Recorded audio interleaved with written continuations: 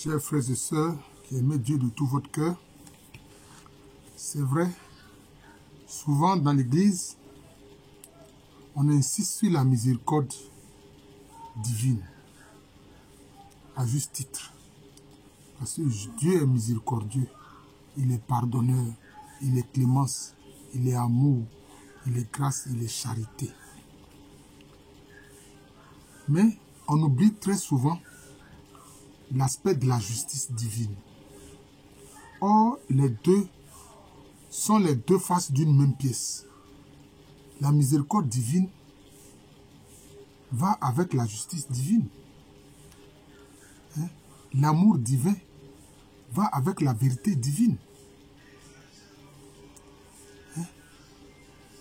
La charité divine va avec la justesse divine, avec l'équité de Dieu. On ne peut pas laisser cet aspect d'équité, de vérité, de justice de côté. Vous comprenez? Et je vais prendre un seul exemple pour que vous compreniez la question de la justice divine. Jésus était dans une synagogue et il y avait un homme qui avait une main ou un bras atrophié. Voilà. Il avait un bras et une main atrophiés. Et c'était jour de sabbat. Pour ne pas jour de Shabbat comme disent les Juifs. Donc c'était samedi. Samedi, il ne faut pas faire des activités en dehors, je peux dire des activités religieuses dans la synagogue, etc. Et les détracteurs de Jésus le regardaient pour voir s'il allait guérir cet homme qui avait le bras et la main atrophiés. Alors Jésus, saisissant leurs pensées, il lisait de les pensées parce que lui, il est homme et Dieu. L'homme est comme un livre ouvert devant lui. Il a posé la question à ses détracteurs.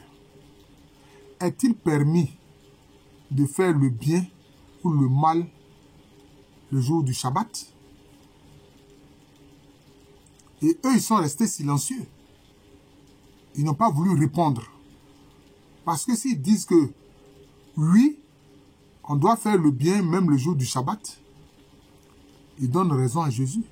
Mais s'ils disent non, qu'on ne doit pas faire le bien le jour du Shabbat, ça, les gens ne vont pas approuver. Parce qu'il est dit, dans la croyance en Dieu, qu'il faut toujours faire le bien et fuir le mal. Vous comprenez? Il faut faire toujours le bien et fuir le mal. Alors, qu'est-ce qu'il est dit? Jésus, vraiment, mécontent de l'endurcissement de leur cœur. Leur cœur est endurci. Et cela n'a pas plu à Jésus. Alors, qu'est-ce qu'il a dit? Qu'est-ce qu'il a dit? On dit Jésus a promené un regard de colère sur eux. Sur ces gens qui ont un cœur endurci. Jésus a promené un regard de colère sur eux. Il y a un autre passage de l'évangile où il leur a posé la question. Mais si même votre animal tombe dans un puits le jour du Shabbat, est-ce que vous n'allez pas l'en retirer? Vous allez le retirer. Parce que c'est de votre intérêt de le faire. Alors il est dit, devant ces gens qui ont le cœur endurci, qui ne comprennent pas la miséricorde et l'amour de Dieu, qui veut sauver l'homme ici et maintenant. Il a appelé l'homme qui avait la main et le bras, le bras atrophié. Il a dit, viens au milieu pour que tout le monde te voie. Viens au milieu ici pour que tout le monde te voie. Il tend la main. L'homme a étendu la main et puis sa main est devenue normale. L'atrophie là est partie, l'atrophie a disparu. Qu'est-ce qu'il faut tirer comme enseignement? Ce que Dieu déteste, c'est l'endurcissement du cœur de l'homme.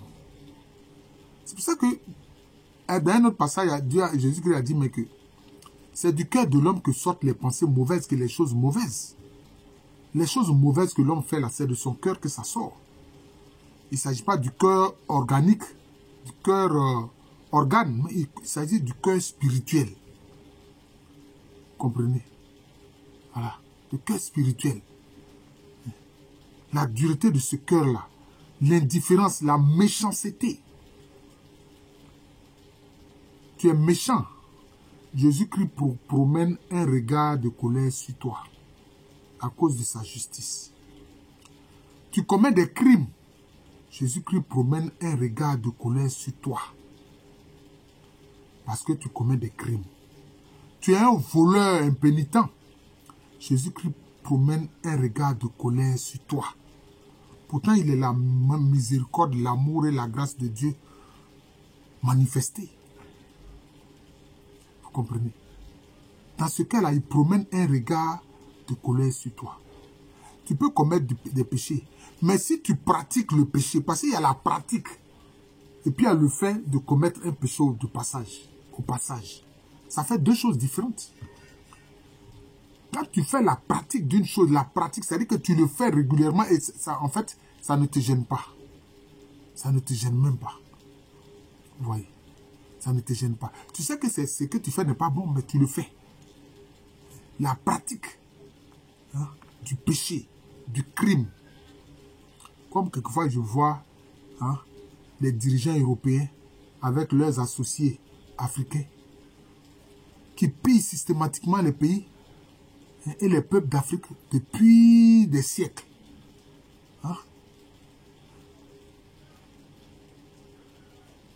Qui font des massacres de populations, qui créent des guerres un peu partout, qui soutiennent le terrorisme et qui tuent des gens, qui provoquent des guerres, qui font que des femmes et leurs enfants sont obligés de fuir et mourir de faim et de peur sur les routes. Jésus-Christ promène un regard de colère sur eux. Vous voyez? Parce qu'ils se disent, non, il n'y a rien. Et il y a toujours les conséquences. Il y a toujours les conséquences de ce qu'on fait. C'est ce que Jésus-Christ a appelé récolter ce que l'on a semé. Mais ce que les gens oublient, regardez ce que fait la terre. Quand tu mets une graine en terre, est-ce que c'est une graine que la terre ressort? Non. La terre te ressort ça multiplié par rapport à la loi de la multiplication. Tu es en train de commettre des péchés, mais cela va te revenir là-dessus. La justice va te revenir là-dessus multipliée. Donc c'est ça.